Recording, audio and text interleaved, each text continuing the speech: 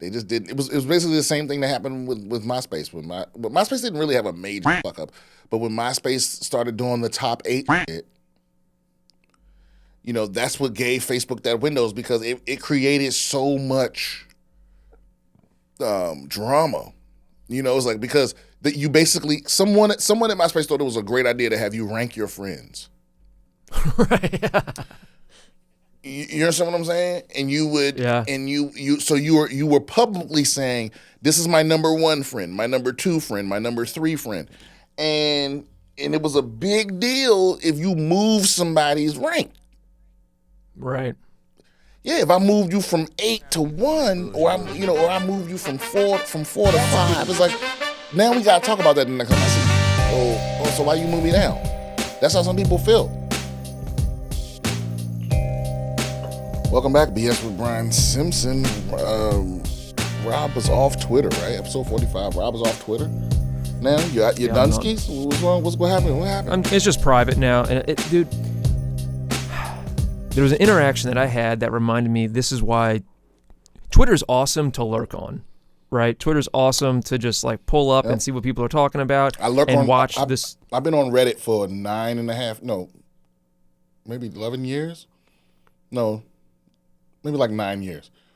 And I've made probably 3 comments the whole time. Same. I lurk. I'm a lurker. I lurk. So, let me pull it up. But there's a thread that I was in.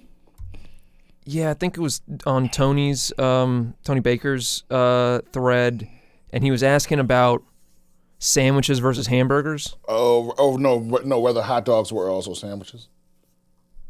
I'm pretty sure it's hamburger. Whether hamburgers were sandwiches. Whether a hamburger was a sandwich, and you said that a hamburger is a sandwich, but not all sandwiches are hamburgers, in the same way that a gin is a vodka, but not all vodkas are gins. Right. Right?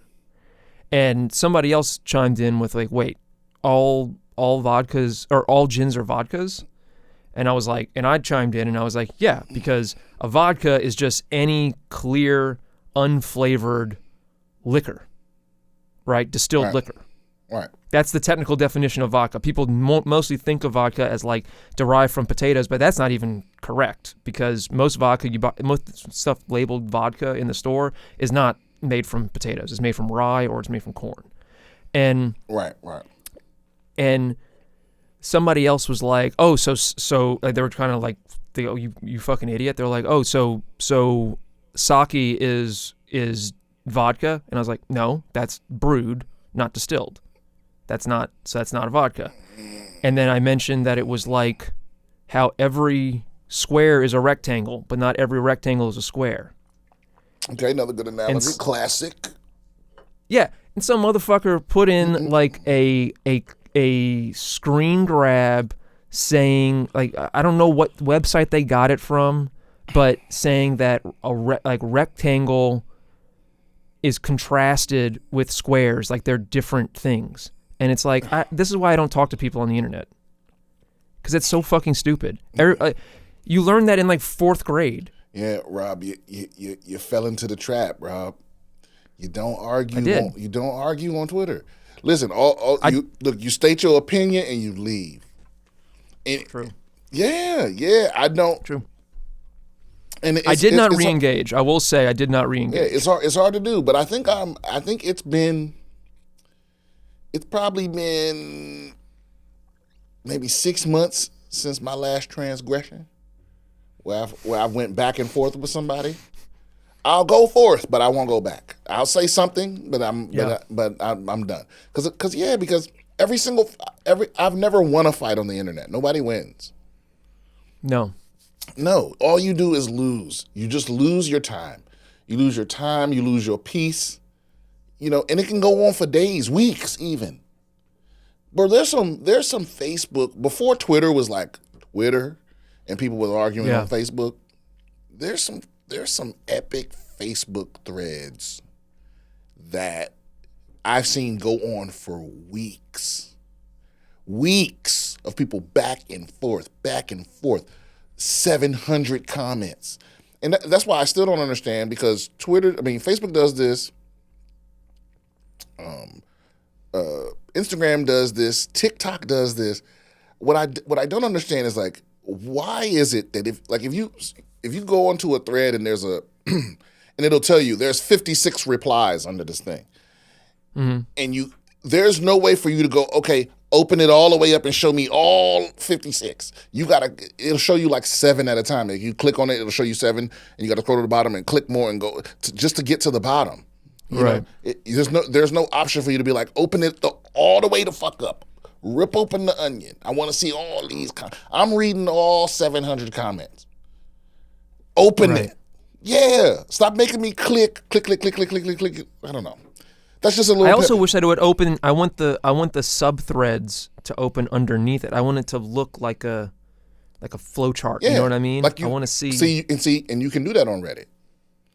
Yeah. You can be like, open this whole motherfucker. Anyway. That's because Reddit's for fucking nerds. Reddit is, I guess it is for nerds, but Reddit is the internet. Everything, it's the center of everything, right? Yeah. That's where a lot of things. Front page of the internet, right? That's what it seemed like to me. Actually, I don't think that was their slogan. That was who was their competitor that lost?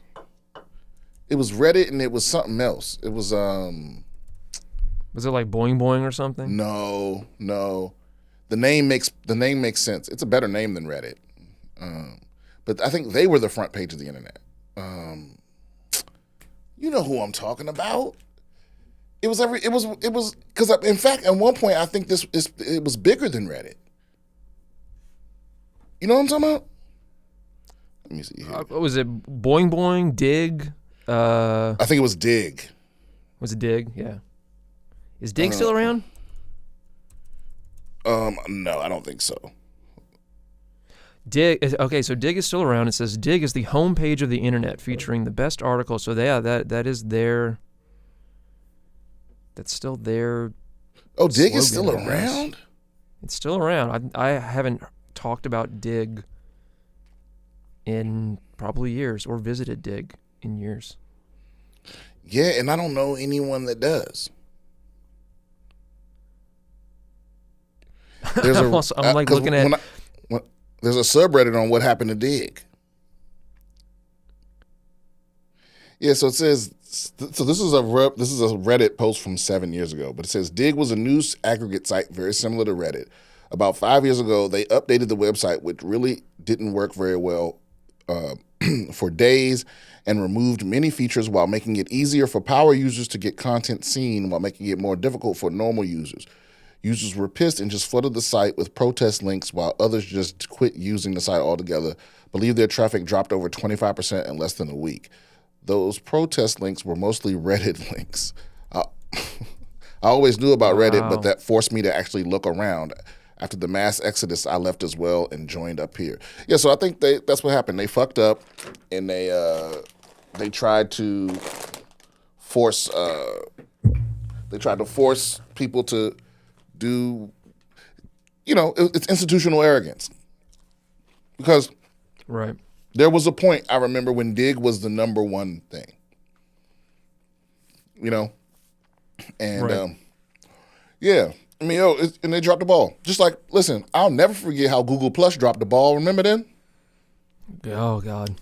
Google Plus was some fire ideas.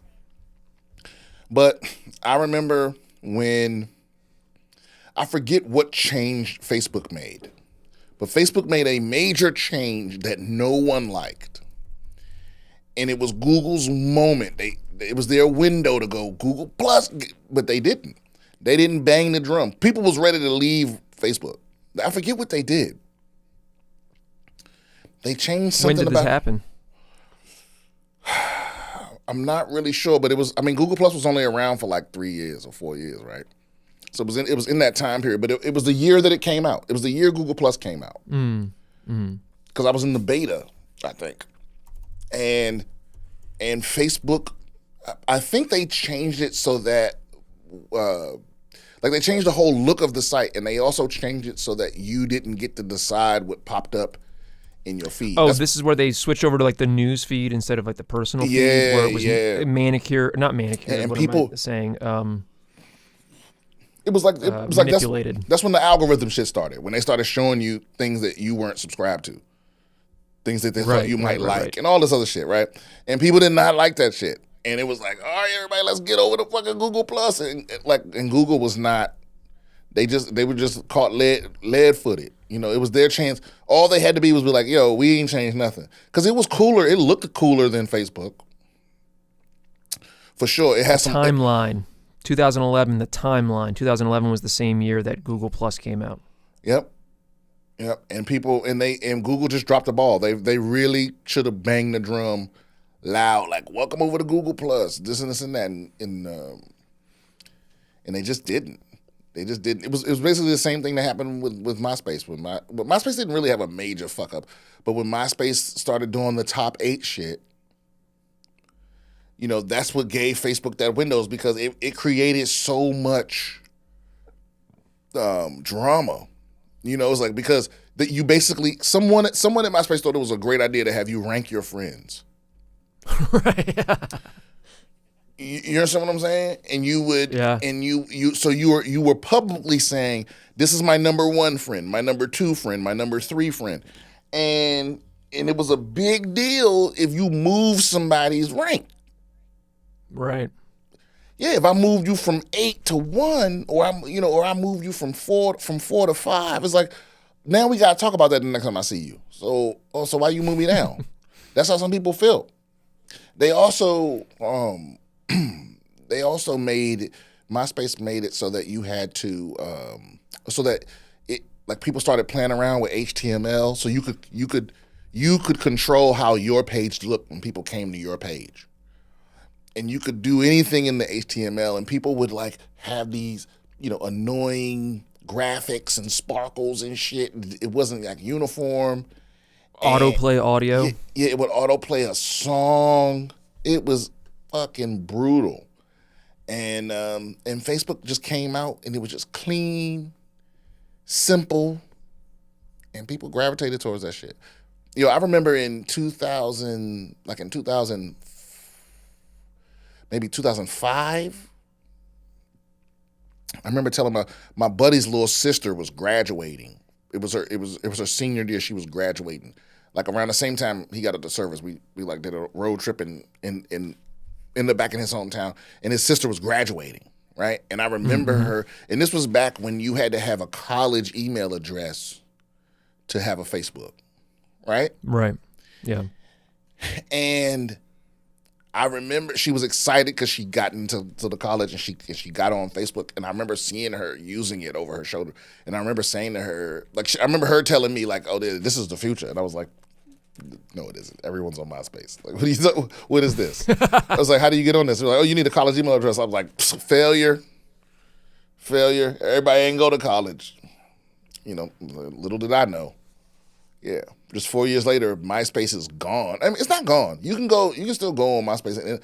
And for whatever reason, some of your data is still there. But and I don't know how they chose what remains. You know, but if you had 200, 300 pictures on MySpace, it'll be like 3 of the pictures still there for some reason. You know. Oh, weird. Yeah, they tried to transition into a musician's type of deal, but yeah, I remember that. Yeah, nobody was interested. You know. I was in a band when that happened, and I remember us burning a lot of calories getting followers on fucking MySpace and shit. Support for today's episode comes from True Classic, the absolute best fitting t-shirts for men. Finding a comfy t-shirt is frustrating. Most t-shirts are too tight on your gut or look way too big. True Classics just fit better. Men's t-shirts are designed to look good on skinny models. That's just not going to work for us guys. Right? Got a little extra on you. Now, a lot of people don't realize this, but like, you know, a lot of times what happens is somebody wants to sponsor the show, they'll send me a sample. They'll like mail it to me. And I remember Rob hit me up and going, hey, did you get the sample did you get the shirt from True Classics? And I was like, oh shit, I didn't even notice, because I was already subscribed to True Classics before they knew who I was. I was already on the True Classics train. They actually send me 2 black t-shirts every 2 weeks or something like that. I like that for when I'm on the road. Like when I go on stage, I know it's a fresh black tee. I don't got to worry about all those extra stuff. It comes sealed up. It's nice just to not have to think about it. I don't have to worry about new T-shirts, and I fucking ruin one, and I know two more coming.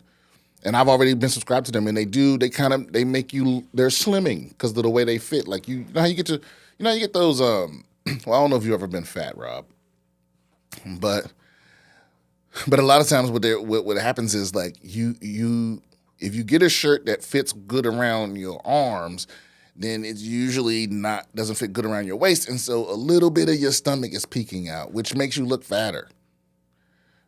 Or you gotta have or you gotta get like a shirt that's way too big so that doesn't happen, and it ends up like hanging over your gut like a veil or something. It's just hard when you're a little chunky. It's hard to find good fitting shirts, and so I wear them because they fit well, and fit is the most important thing in terms of clothing. It's more important than what color they are, whether they match, all of those stuff. It's like if it fits well, you'll look good, and that's why I like these t-shirts. It's simple. I don't got to think about it. All of their gear is top-notch quality. All of their gear is top-notch quality at reasonable prices. And for you big boys, they have long body options and sizes up to 3XL. It's time you learn to dress like a gentleman. Upgrade your wardrobe with True Classic. Get 25% off at trueclassic.com with code BS. That's 25% off and free shipping over $100 with code BS at trueclassic.com. Yeah, let's do a couple articles. So I just added this one to Trello because we got to talk about this.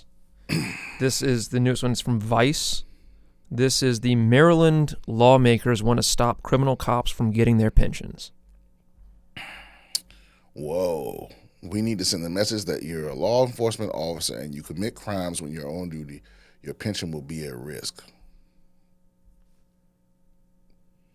Well, this is kind of like a workaround qualified immunity, huh? A former Maryland park ranger was arrested and indicted in September for allegedly raping two of his female colleagues. But despite the grim crime he's accused of, he's still been allowed to collect nearly $95,000 of his pension as he awaits trial in jail. Now, two state lawmakers are hoping to pass legislation to prevent police officers from receiving retirement benefits after being convicted of a felony crime. Nobody wants to pay for police misconduct and still have the police receive those pensions. Maryland is one of 24 states that have no pension forfeiture laws on the books, meaning that any law enforcement officer who has a pension, even if they've been convicted of a crime, is allowed to collect it once they are 55 years old and have served more than 15 years in the job. Carter and her colleague, House Delegate Janelle Wilkins, hope to pass legislation next year giving the state attorney general the power to withhold part of or the entirety of an accused officer's pension, even if the officer meets the other pension requirements. The efforts allow the 27-count indictment of former Gunpowder Falls State Park manager Michael J. Browning, a 50-year veteran of the park who was accused of raping at least two female park employees. Browning allegedly met one of the victims when she was a teenager and hired her as a seasonal employee for the state park when she was an adult. When the two worked together, Browning and the woman, who was 40 years his junior, had a 6-year-long romantic relationship. Police say that during a phone call with her earlier this year, Browning admitted to raping her at least 10 times. Okay, all right. Well, so I think the interesting part of this is that the Fraternal Order of Police, of course, have come out against this law. Well, that's a shocker. Wait a minute, you're telling me that the police union is against holding policemen accountable? That's crazy. It's wild. No, look, I get, because I know what they're saying to the rank and file officers. They're saying they're trying to take your pension away. I mean, dude, if you rape two people, why should you collect retirement? First of all, what could you even do with that money? You in prison. Because it says, it doesn't say if you're accused of, it says if you're convicted of a felony. Right. That means all your misdemeanors, no one cares. But it's like, yeah, if you rape somebody or murder somebody, why do you get retirement? That's wild. Because they do this to veterans. If you're receiving GI Bill benefits, or you're receiving disability, you can have your shit taken for a drug charge. I didn't know that. Yeah, they can take your shit. They can take it from you.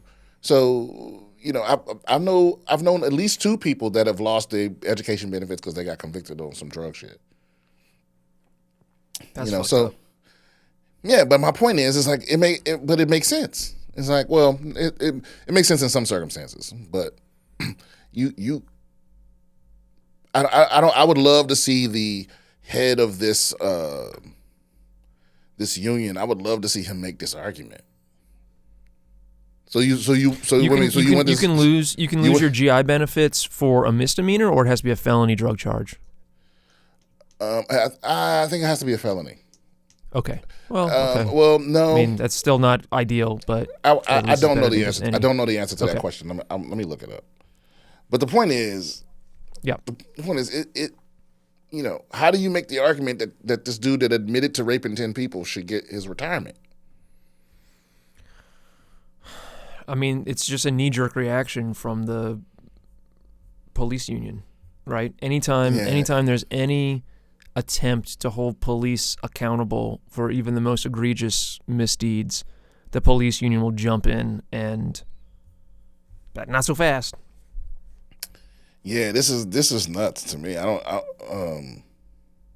would love to see.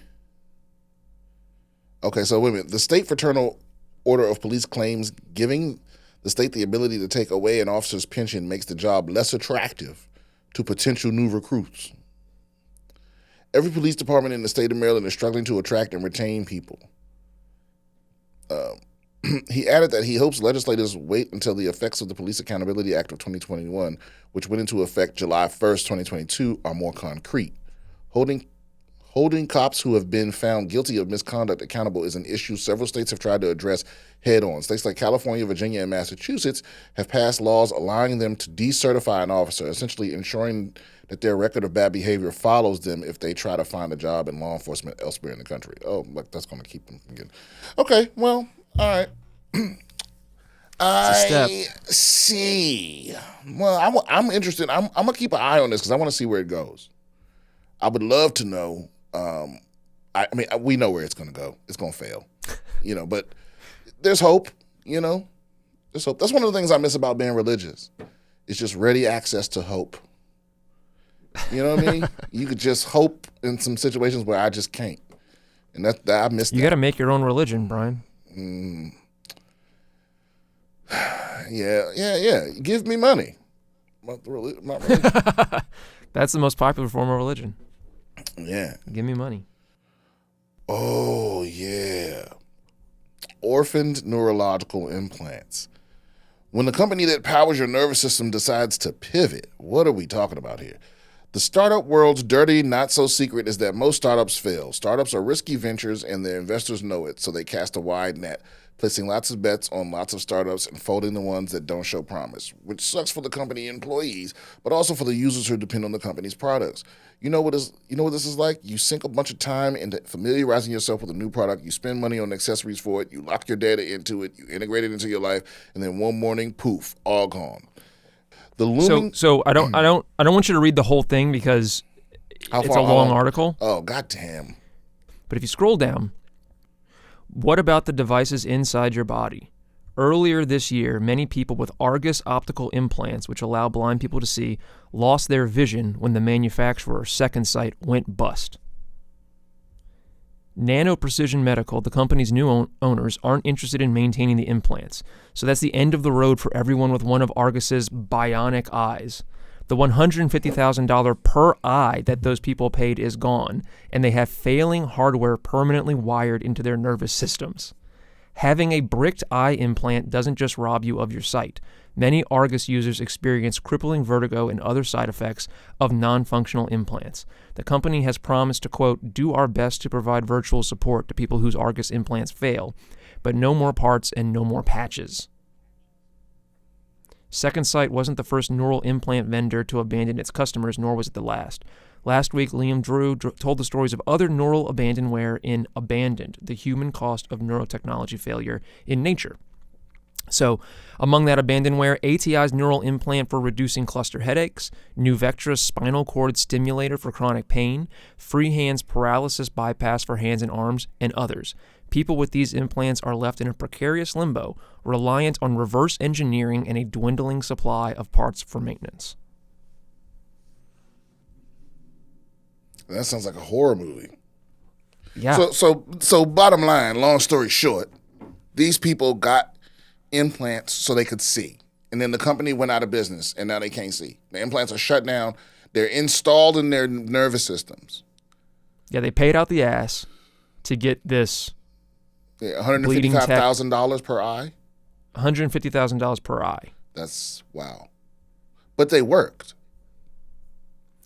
Well, some percentage of them worked somewhat, but now they don't work at all because they require upkeep and software patches, and they basically got like a beta version of them, and when it wasn't going as well as the businesses thought it would, they just shuttered it, and now they're no longer supporting it. Well, they're out of business, and they were bought by another company that doesn't give a fuck. Yeah, correct. Yeah, that's scary as shit. I wonder if they explained it to these people before they got the surgery. If they were like, so just so you know, it's kind of a shaky proposition,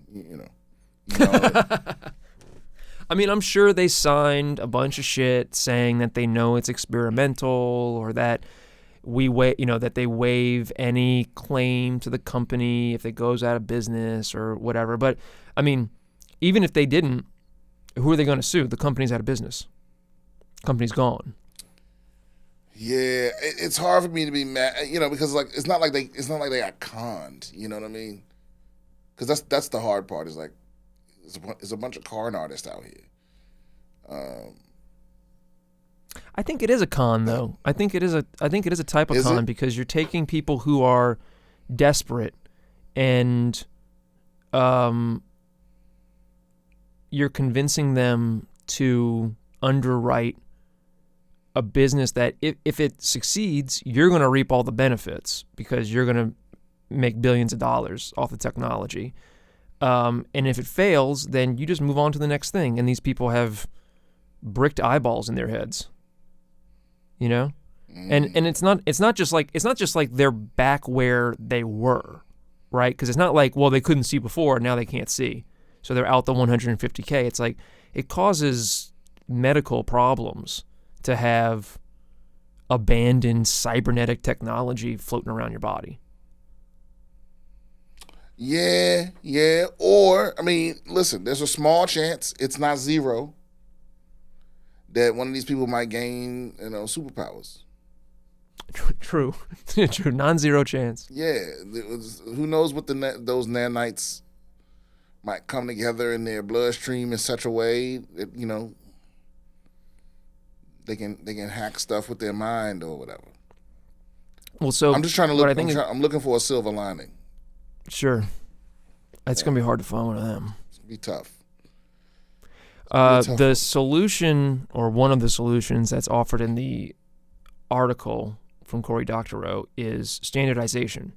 So 86% of surgeons who implant neurostimulators back the approach of standardization. If components were common across devices, one manufacturer might be able to step in and offer spares when another goes under. Yeah, so it's almost like we haven't learned this lesson before. Right. We run into this problem with everything. It's one of those things where the government is going to have to step in and make it a law because, if it were up to these motherfuckers, you would have a different socket in different buildings depending on what cities you were in, and different. There wouldn't be USB. Every cable would be proprietary, and it's like we can't. Certain things can't be that way. I think the first time they did it was with fire hydrants, right? It was like I didn't know that. I don't know that. I just think I know. I think I might know that. But I mean, I do know that it used to be that fire fire departments were basically private enterprises that Yeah, they had their own had fire their own. hydrants. Each one of them had their own standards. They had their own Yeah. trucks. They had their own employees and everything. And if your house was on fire and you hadn't paid up, then they just let your shit burn. I think that's hilarious. That actually happened recently, right? Somebody wanted them to save their house. That did happen recently, where somebody was in like an unincorporated section of the town or something like that, and so they don't pay a general tax to the city. And most people, that general tax a part of it goes to the fire department. If you live outside of the incorporated area, you can pay an additional tax specifically for the fire department, and they did not pay that. So the fire department showed up and just let it burn. Yeah, and let's not forget, it's not like it was something they didn't know about, right? Like they openly refused to pay it. It was a thing. Yeah, I think that's right. Yeah, and then when their house was on fire, they offered to pay it. Like the fire department came out because their neighbor paid it. So the fire department was just there in case the fire spread to the neighbor's house, but they weren't. They just let his house burn. Right. And the cold-blooded motherfucker in me.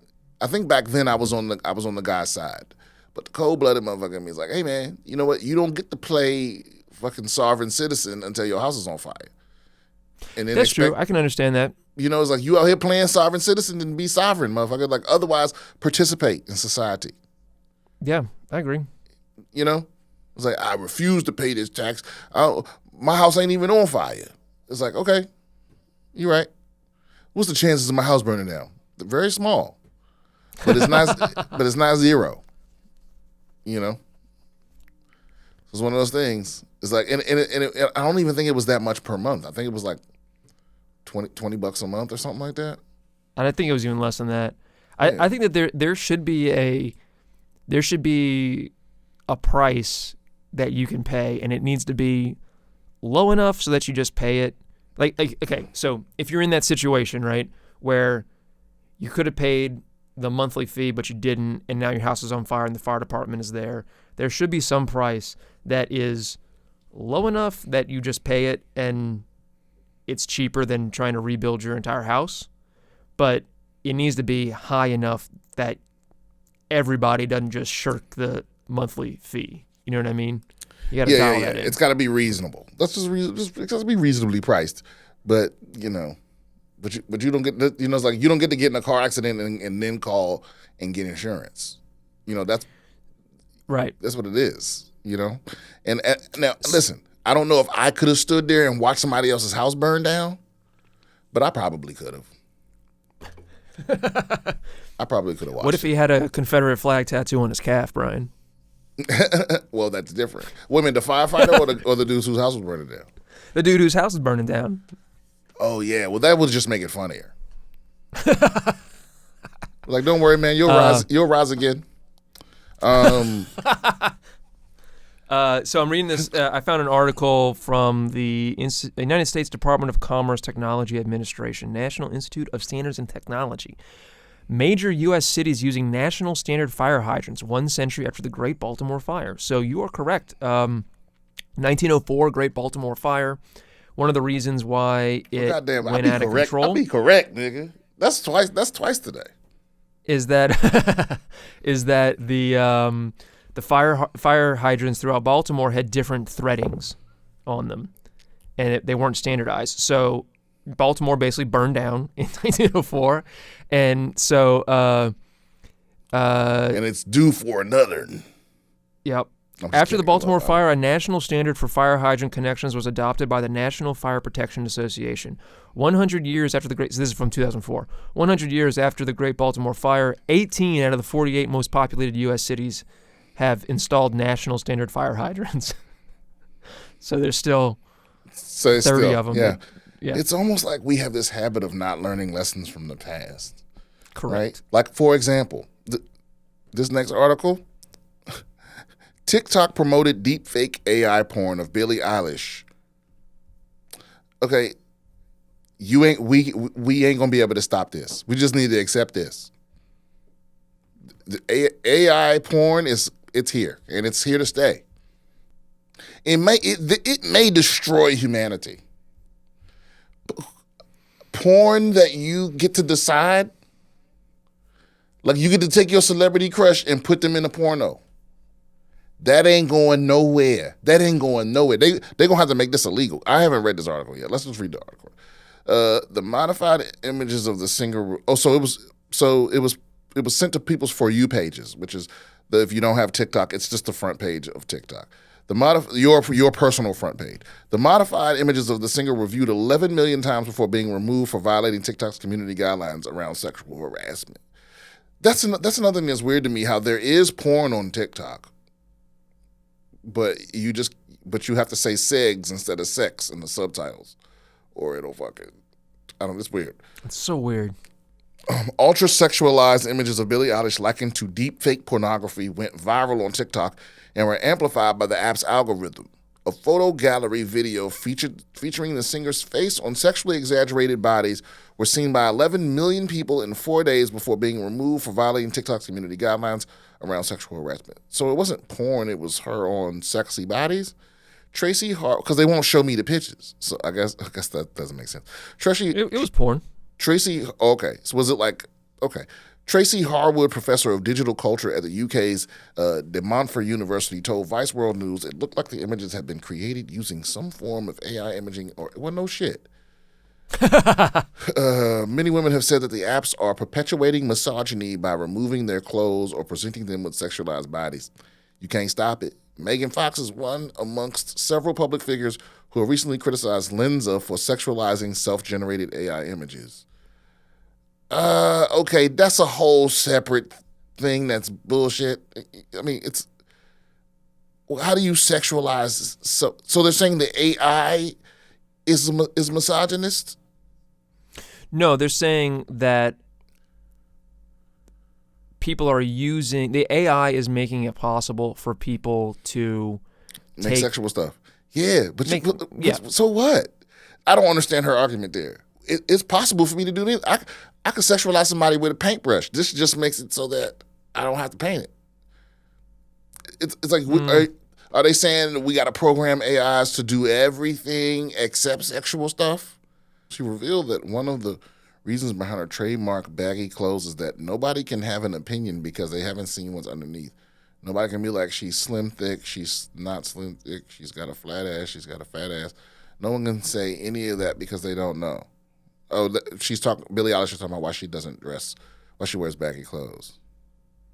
Right, because she became famous when she was young. And yeah, but it's like, you ain't going to be able to stop this, bruh. Like, all your effort to stop this is going to be in vain. I'm trying to tell you some good shit. When people discover a new way to beat off, it's permanently in the record. It's also, I mean, this is news because this was seen by 11 million people. And it's Billie Eilish. And it's Billie Eilish, but you can, and I have seen, like, on the internet, deep fake porn that is like full video of people, and it's pretty uncanny. Yeah, but that's what I'm saying. I understand why this what might upset someone. Right. But recognize that, like, this is here to stay. This is here to stay. It just is. There is no way for you to stop this from. Listen, it's hard for them. Anytime a new technology gets used to give people exactly what they want, you can't stop it. It's the same thing they try to do, with Napster. I mean, they destroyed Napster, but now they give away the music for free. Now you pay. Now you stream. Now you subscribe, and you can listen to any songs you want. Because it was inevitable. The record industry wasted hundreds of millions of dollars trying to stop downloads. The movie industry did the same fucking thing, and now they all let you watch for free. It's because the well, not free, but you understand what I'm saying. It's like they were trying to stop you from streaming movies to your house, because they thought they were losing money, and they wasted so much money trying to stop you from streaming, and then they realized, oh, we just have to do it and make the money from that. We just have to let them stream it. because that's the thing. Well, Most people. that's like with Pam and Tommy, right? Did you watch that show Pam and Tommy about the Pamela Anderson and Tommy Lee No. video? Well, part of the reason what eventually ended up happening was they eventually sold the rights because they're like, we can't stop the piracy because this is like a public thing, and what they ended up doing was they sold the rights to somebody else so that guy could go after people for copyright infringement. Right? Right. So it's the same thing here where it's like or it's a similar thing where it's like a lot of people are going to have a tough decision of do they just get on the train and license their image for this. Oh, right? Yeah. But see, the thing that's still fucked up about it is like you still have rights to your own image. So, you know, you could make an argument that a lot of this stuff is illegal anyway. Well, but you have rights to your image insofar as people can't use your image for commercial reasons. But your public images that are not being profited from or not being used to enhance other people's shit. I don't know. You can't stop that because here's where this is leading. I mean, they'll probably stop people making stuff of famous people and putting it out, but they are going to come out with a program. Pornhub is going to be behind it, or one of these sites where you can just tell it who you want to see do what, and it'll just make it for you. Like Right. That's what I think. Yeah, I think eventually all of the porn, there won't be more porn being put up on the internet. It'll just be you paying a fee to watch whatever porn you can imagine. Yeah. You know? Yeah, and that's coming, and ain't nothing you can do to stop it. You just say, I want this scene with this woman and that guy, and Yep. it just pops it out. That's where we headed. And I'm telling you. Put them all in Batman costumes and make it anime. And then it'll get streamed, and then because the next step after that is that shit getting beamed right into your motherfucking cerebral cortex. Yeah, And then they abandon that software implant. Right. You just stuck half hard in the hotel room in your brain. Yeah. Sorry, buddy, you didn't get the update. Yeah, man, it's coming. Eye porn is coming, bro. All right, we got time for one more. All right. Seattle tech worker charged for theft inspired by the movie Office Space. Prosecutors in Seattle filed charges this week against the software engineer who was accused of theft scheme that swiped approximately $300,000 from his employer. Oh, how'd he do it? Hermenildo Castro, 28, of Tacoma, allegedly told detectives that he was inspired by the 90s movie Office Space when he devised a plan to divert customer fees from his employer, Zulily.com, into his own bank accounts. According to documents, Castro wrote software code that manipulated the entire retailer's checkout page to send the shipping fees into his own account. The charges allege Castro netted $260,000 in stolen shipping fees.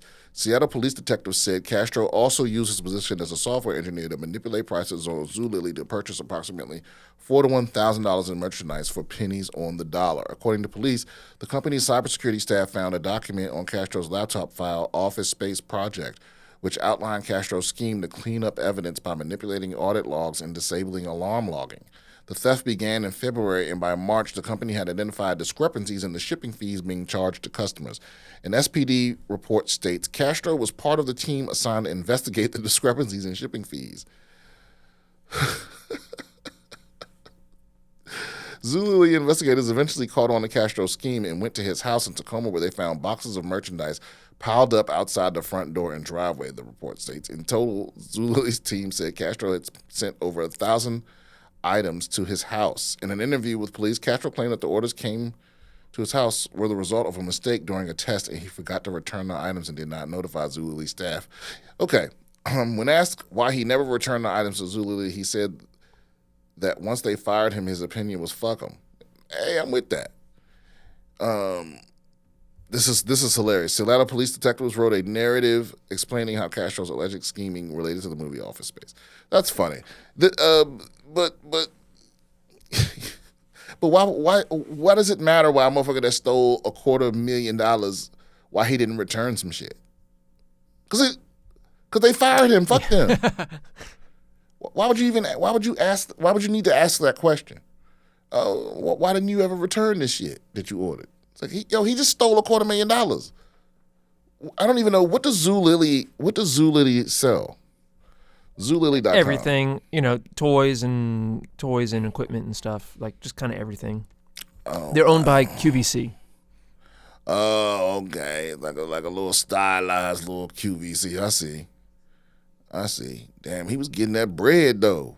I wonder how he fucked up. Like, how did they catch him? He was being greedy, probably. Well, they found the Office Space project document on his laptop. Yeah, but why were they searching his laptop? Not sure. I wonder if that's part of just a standard cybersecurity. They're checking up on his laptop to make sure it's secure, and then they say, "Oh, what the fuck is this?" And they double click on it, or what? I don't know. Yeah. It says the theft began in February, and by March, the company had identified discrepancies in the shipping fees being charged to customers. So that's how they got on the trail. So this motherfucker made $250,000 in 1 month. So yeah, you were doing too much. You was doing too much, my guy. It's always motherfuckers being. You know what I realized? It's exactly what happened in Office Space, right? Because they were supposed to be scraping in Office Space. They were supposed to be scraping pennies, fractions of a penny, right? That were like rounded down, right? Right. And Michael Bolton messes it up, and so they're just taking they get like hundreds of thousands of dollars overnight, right? Right. And that's how they fucked up. This guy, same thing. If he had just done a little bit, a little bit, then they wouldn't have noticed it. Yeah, you fucked up. And there's no way you should have made $250,000 in a month. Mm-mm. You know what I mean? You could have been making $1,000 a month, or $5,000 a month for the rest of your life. Yep. $250,000 in one time. You just being stupid. And this is something I realized, man. Oftentimes, the people smart enough to get away with crimes are smart enough to know that they're smart enough to know not to do them. You know what I mean? It's like the smartest criminals are usually people that are just. They're either smart enough to get away with it but they have a tremendous ego, or they're not quite smart enough to get away with it. Right. Yeah, shit like this. Or it's I know too easy and they get lazy. Yeah, I know a few folks with an alternative lifestyle that that may be a bit left of the law, if you might say. And I can't tell you, just throughout my life, I've known a lot of people, and I can't tell you how many times I've had to explain to people like how they're being, flippant, or they're not being paranoid enough. You know what I mean? You gotta convince a motherfucker to sell cocaine to be paranoid, be more paranoid. Like maybe don't have people come to your house to buy it from you. Yeah. I think that's a mistake every crack seller has to learn at some point. Like, don't let crackheads come to your house go ahead. Because they won't, like, that urge of crack, that wanting crack, that shit override all logic. They'll knock on your door whenever the fuck. Even if you tell them not to, even if you say never come here again, they're like a cat. It's like they know I got crack here before. And so I'm just going to keep making the rounds at all the places that I've gotten crack before, and I'm just going to see if it might be some crack around. I mean, and it's not just crack. It goes for all fiends. Yeah. I was over at a client's house one time. I'm not going to say which client it was. This was a long time ago, too. They're not a current client. But I was over at a client's house, and he was a comedian. And while I was over there for business, but it was late, and this guy shows up, knocks on the door, and the client's like, "Oh, can you go let him in?" So I go and open the door, and there's this guy walks in, and he's like, I'm Jimmy, or whatever the fuck his name was. And I'm like, oh, what's up, man? And I went to, like, give him, like, a dap, you know? Because I figured he was just, like, a friend. And this dude handed me cocaine. And I realized this is his drug dealer. And I was like, it's a whatever, like none of my business or whatever. But so after the guy left, I'm like, you got to get a new drug dealer because that dude's just handing people cocaine in your house. And he had no idea who the fuck I was. Like you need to have your head on a swivel a little bit more than that if you're going to be dealing drugs in Los Angeles. It depends. Yeah, you're right. See the yeah. And there's a certain comfort that comes from knowing that your drug dealer is a savvy criminal. Yeah.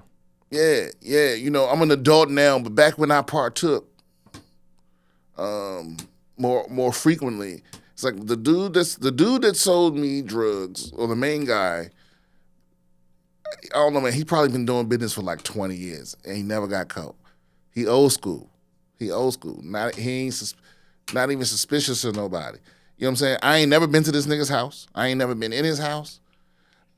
I don't even know if that's the neighborhood he live in. But I've always met him in the same neighborhood, and always in a different place.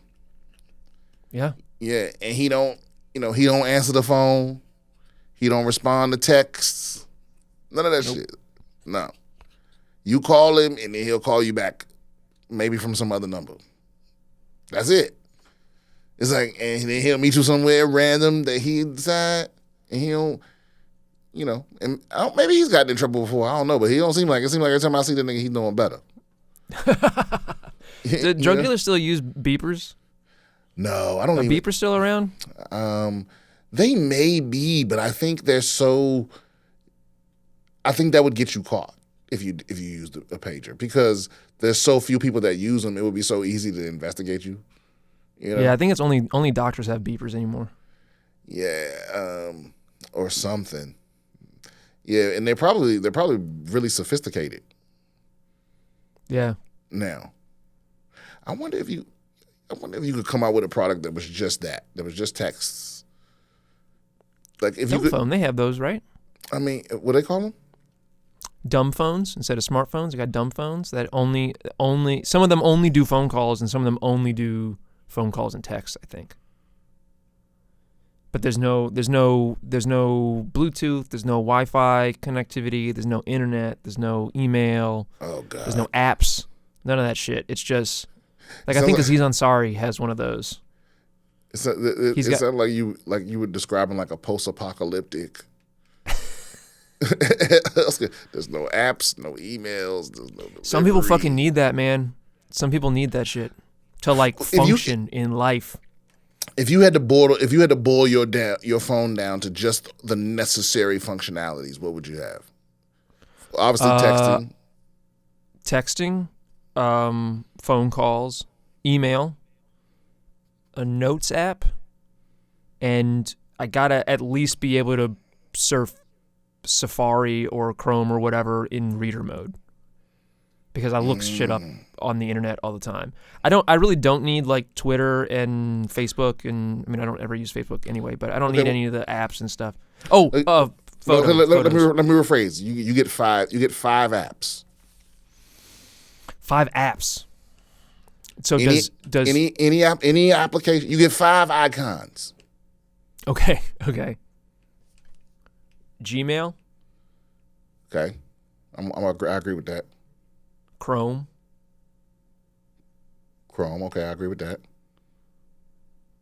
Well, I'm a Firefox. Camera. Nope. That's not essential for me. Not essential. Okay. Notes app or Evernote or one of them or whatever. Okay. I mean, definitely Evernote. Yeah. Honestly, I don't know what the 5th one will be. What would your 5th one be? Well, also you gotta. I'm gonna say text, Gmail, Evernote, YouTube.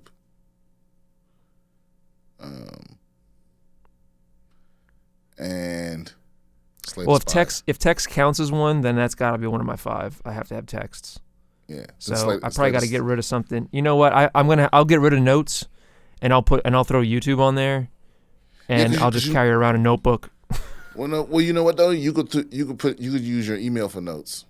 That's true. Yeah, but it would be nice because sometimes I do that. I do a clean slate and I just reset the launcher just so I can have less shit on my front page or whatever. Oh, that's smart. Yeah, sometimes it's good to just reset it and as you need apps, add them to the screen because then you realize that like it's a lot of shit cluttering up your screen that you don't really. Because I only have the stuff on my first screen are only things that I use every day, and the stuff on my second screen is stuff that I use every week.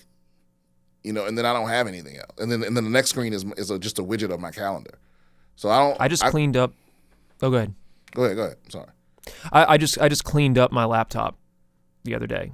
So like my laptop is clean as a whistle now. Where I went through all my shit, like all the documents folder, the downloads folder, cleaned up the desktop, everything, and everything that I needed to keep, I threw in a folder and put that on Dropbox, and then online only synced it so it's on Dropbox and not on my computer and everything, but it's still accessible if I need it from my computer. So I got back like 800 gigs of space on my computer, and everything's like nice and clean. It feels good. Yeah, I love it. It's so much. It gives you so much like mental clarity to not have icons all over the place fighting for your attention. All right, let's do one more. Do we have any emails? We got a couple other emails that would be. We have an advice champ. Yeah, do the about advice. Buying a TV, which I feel like you might be interested in that one. Oh no. Well, I don't have an answer for that guy yet, so okay. Let's do a different one. No, you know what? Let's do it. Let's do that one. Okay. All right. Yeah. We're gonna end this episode on the advice champ. I almost renamed the podcast the Advice Champ. But it's too inside baseball. Okay. Hey, Advice Champ. So I use my Xbox as my main source of entertainment, but my TV is a Magnavox from like 2012. I game fine and stream everything I watch. But how more worth it is it... Jesus Christ, man. That's verbatim. Let me start over. Hey, Advice Champ. So I use my Xbox as my main source of entertainment, but my TV is a Magnavox from like 2012. I game fine and stream everything I watch. But how more worth it is it to invest? I think he means how much more worth it is it? How much more worth it? To invest money on a 4K TV, for example, to increase my viewing experience.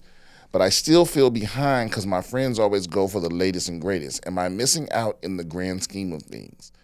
Thank you, champ. Yes, you are, Robert. Or Bobby. I'm sorry. Yes, Bobby. You're missing out, buddy. I asked Bobby, I replied to the email, said, what's your budget? And he said around $500 to $800. Now, listen. Yes, it is well worth it to upgrade to a 4K TV. There has never been a better time to get a 4K TV right now. For $800 though, because here's the thing. This is the truth of the matter. You don't need the latest, greatest bells and whistles and all that. I have the latest, greatest, and it's definitely better than everything else. But that's because I'm always trying to get the latest, greatest. You ain't trying to keep up with the Joneses. So the fact that you have a Magnavox, who they don't even sell TVs in the United States anymore. So, the fact that you have a Magnavox from 2012, from 10 years ago, means that any TV you buy is going to be better than the TV you have. You know what I mean? It's like Yeah. you know, now you being, because this is my deal.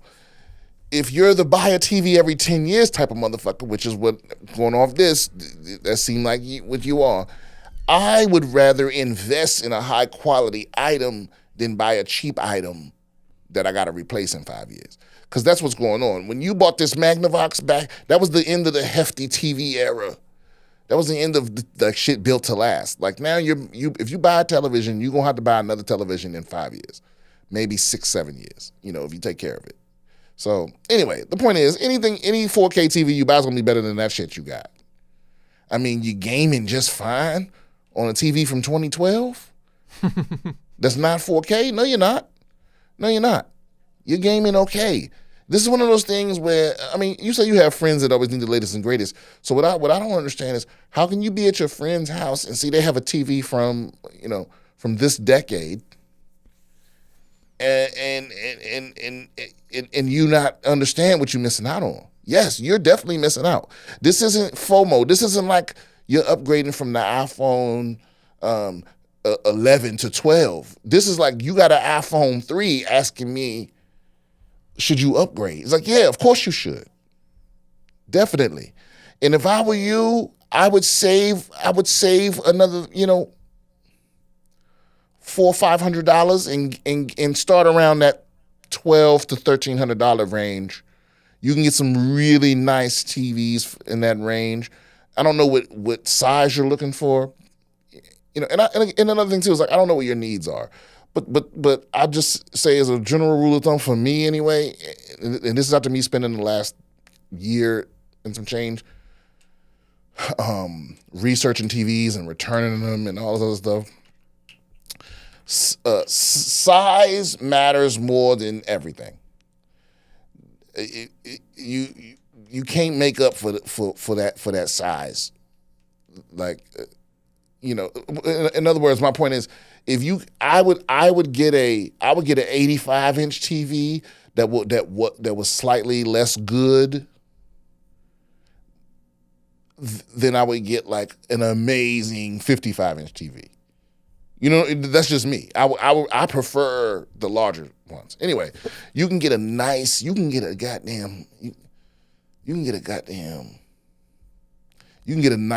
for $1,300. Yeah.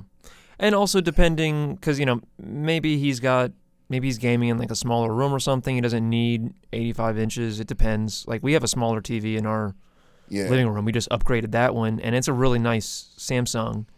How big? But 55? Yeah, I think it's 55. Yeah.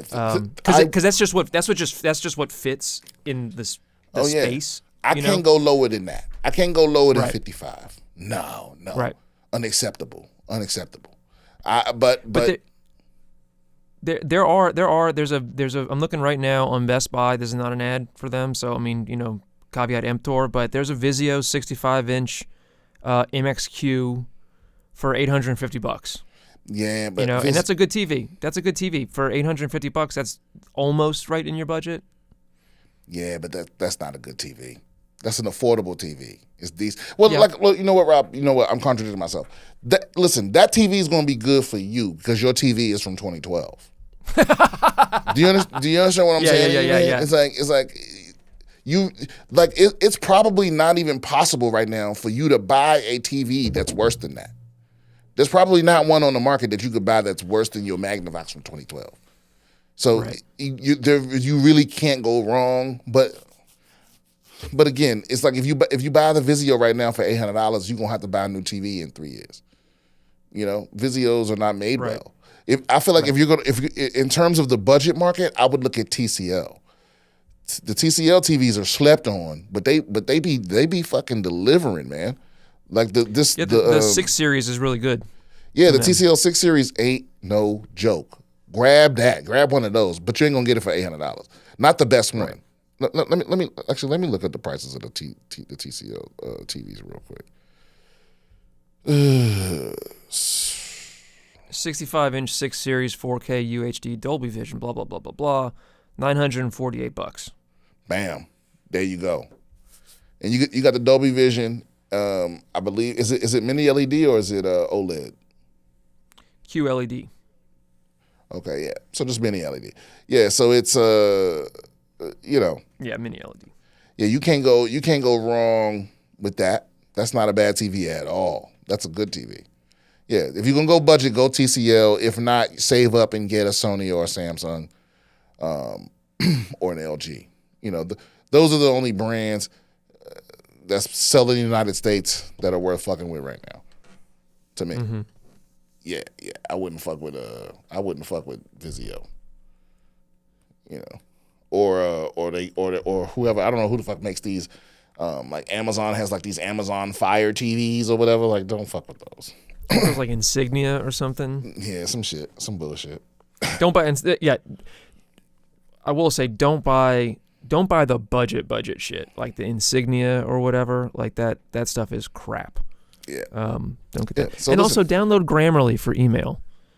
if you right, No, I'm just busting his balls. if it's more worth it as it is to worth it. If you have any questions, comments, concerns, email me at bswithbriansimpson@gmail.com. If you want tickets to my tour, go to briansimpsoncomedy.com. I'm coming up real soon. I'm coming to your city probably. I know next week it'll be Huntsville, Alabama, and Nashville, the 20th through the 22nd, followed up by Burlington, Vermont, in the first week of March. So again, BS with Brian Simpson at gmail.com and BrianSimpsonComedy.com, and I'm BS Comedian on all social medias. Also, don't forget to check out the Josh Parter Show. Right? And also Apocalypse Soon with Eddie Pepitone and Kevin Tinkin. And you got something to plug? ComedyFrequency.com. ComedyFrequency.com.